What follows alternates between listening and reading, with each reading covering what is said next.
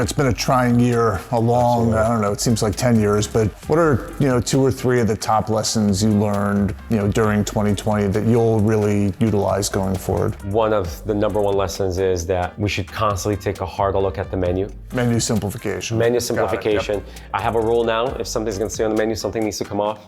Right? And people ask us, please make sure that stays on the menu. So what are we gonna do? It's contests on social media now and ask people, if you want this to stay on, you have to choose. Awesome. It's like Survivor, you have to come off the island, right? What comes off the menu? Communication. Man, how many times during this pandemic we took communication for granted? You have to go there and knock the door and let the managers know one by one and talk to everybody and really get that communication cleared up, So we had to learn that. That was so crucial, especially till today, by the way. We do a huddle call, 15 minutes. Hey, what are we working on? What are we getting done, right? We're doing that every day, and we're gonna continue doing that. Even if things get better, it was amazing, right? We're always aligned every day, right?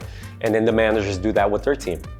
So that was, super, super important. We took that for granted. I think those are the 2 top things. And then the third, I think is a given, the importance of our people, right? Like, it's cliche, our team members, taking care of them was the number one priority, and it was the best decision I've ever made. Like when I said, I'm not gonna furlough anyone, I don't care what anybody says, it was literally the best decision I've made all year.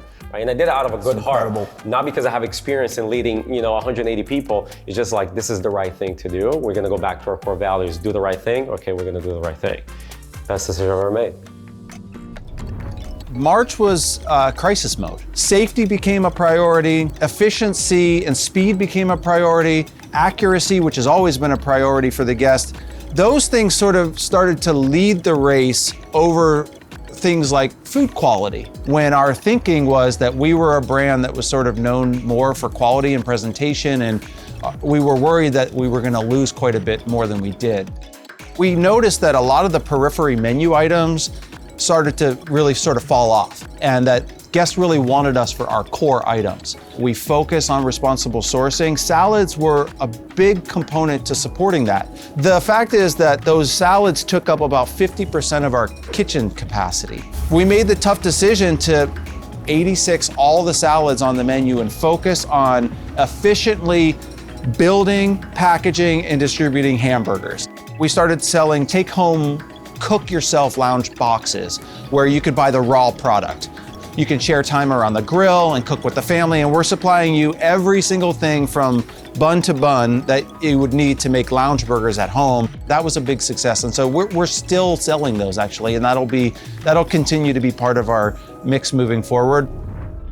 So as you're thinking more broadly, what are some lessons that we can carry forward to other owner-operators, perhaps to even other brands? I think one of the key things is staffing to build the business. I think sometimes when you think that there's a lull in your business, you might want to pull your labor because sales aren't coming in. You assume that no sales, no people, you don't want the business to grow. I've always been taught staff to build, and I think one of the things that we're doing very well at El Pollo Loco is just making sure that we're continuing to staff our restaurants, because you never know when there's going to be a sudden rush, and when you do have that rush of customers, you want to be able to serve them as quickly as we possibly can. Let's talk numbers pre and post pandemic at a location like this. What does that look like, and how have you rebounded? So pre-pandemic, you saw traditional rushes in the business, right? You'd have your lunch rush, which would traditionally be from 11:30 to 1. Dinner would be probably 5:30 to 7:30. What's been so fascinating is post-pandemic, and we're still recovering, is there's just a big shift. So you see a lot of people coming between that 3 to 5 day part. That's kind of the new dinner. We'll call it dinner. Lots of people are picking up family meals at 3 to 5. Typically, maybe it's a good time for them to break from work from home. And so that's kind of been our biggest area of growth and success. And, we're now at a point where we are back to our pre-pandemic numbers. Sometimes in some cases, some days we're exceeding those. So, we're here in the afternoon and it's quite busy. Is there anything that you're going to carry forward to next year? I think we might explore this whole notion of snacking. I think snacking has always been a concept that's been very viable for brands like Taco Bell and Sonic. And, I think our menu could naturally lend itself very well to this 3 to 5 day part. And I think, you might see El Pollo Loco doing some opportunities for the snacking day part. It could be very interesting. And you can bring it home. You could bring it home. Snack from home. Exactly, no doubt. So when we think about where this is all headed, do you have any predictions for next year or anything that you're thinking about as you're budgeting and thinking about the digital roadmap for next year? I would just say the biggest thing is make sure you listen and you talk to your customers. Making sure that you understand the customers who are visiting you, take care of them. The customers who aren't visiting you, understand why not. The customers who can't afford to come see you anymore, try to figure out a way that you can build a bridge to get them to try to come see you because budgets are tight. It's just so important to make sure that you take care of your regular customers. I think the biggest thing, and we made this change pretty early on in the pandemic, is we changed the structure of our loyalty program. So we went from you spend $100, you get a $10 reward, to you spend $50, you get a $5 reward. So we wanted the consumer to realize the reward a little bit earlier on in the process and make it seem like it was a little bit more achievable. We also changed our sign-up offer. So we went from you need to have a purchase to get the offer to receiving it immediately upon sign-up. And so again, those were recommendations that customers made relative to how they felt we may have hit the mark or not hit the mark in terms of their digital customer journey. You know, again, you iterate, you learn, you figure out how to communicate differently, making sure that they understand that we're part of the journey with them. Do you have any good lessons learned that you might kind of point to? Yeah, I would say this. I mean, we get to sit at this point in time and kind of look and say, okay, that was pretty good. But along the way, there are definitely a number of hard-won lessons, right? Some of them being around our platform. We've got over 2,200 stores. It's not homogeneous, right? And that means the experience in different regions and different stores is a little bit different. And so as we were applying what we thought would be like a standard across the system, we realized that doesn't always work that well. And so the ability to customize both for our operators, to say there might be prep times that we need to adjust, and also for how do we approach our guest side? Does the menu need to be a little bit different? And so those are learnings along the way. We took them in stride, meaning we don't expect to ship perfect product, but we do expect that we'll learn and we'll continually improve. So in your self-effacing moments, when you think about the brand, your job, and what we've all been through over the last year, what have you learned? Yeah. What have you stepped away with and felt great about, and what has been scary?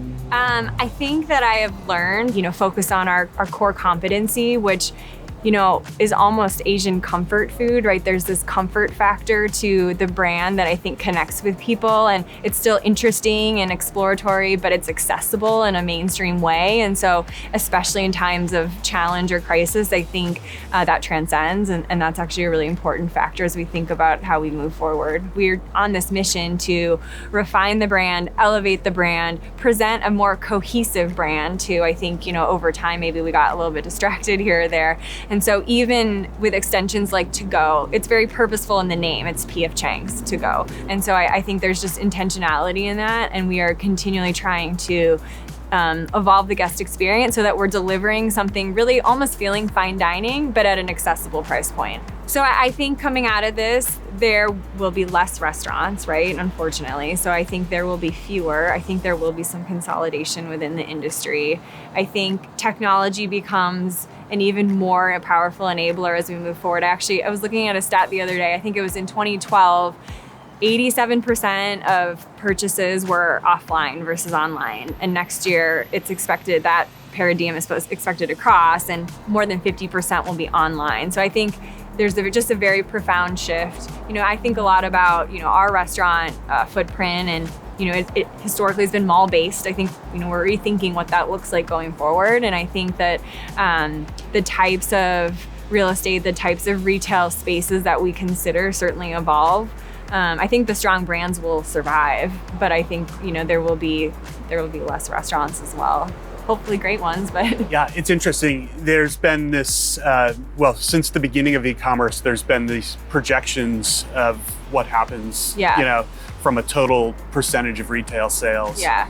I think restaurants and broad retail e-commerce have been pretty disconnected, right? Restaurants started late. Yeah. And have been growing at a faster rate the last few years, right, taking COVID out of the equation entirely. Right.